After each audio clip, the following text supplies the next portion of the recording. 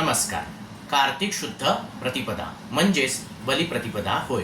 या दिवशी भगवान विष्णूंनी वामनाचे रूप धारण करून दैत्यराज बळीराजाकडे त्रिपाद भूमीचे दान मागितले आणि विराट रूप धारण करून एकाच पदामध्ये सारी पृथ्वी व्यापली आणि पृथ्वीचे सर्व अधिकार आपल्या जवळ घेतले.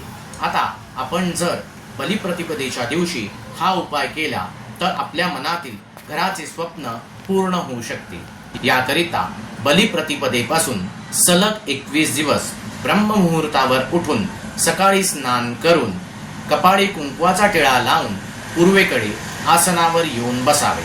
आपल्या समोर एखादा चौरंग किंवा पाट मांडावा.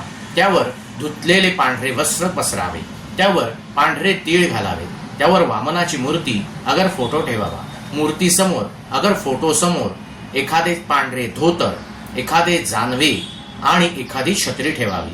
नंतर आचमन, प्राणायाम, देवता वंदन करून संकल्प करावा तो असा, हे भगवान विष्णू, मी आपल्या वामन रूपाचे पूजन करीत आहे, असा संकल्प करून झाल्यावर देवाला गंध लावावे.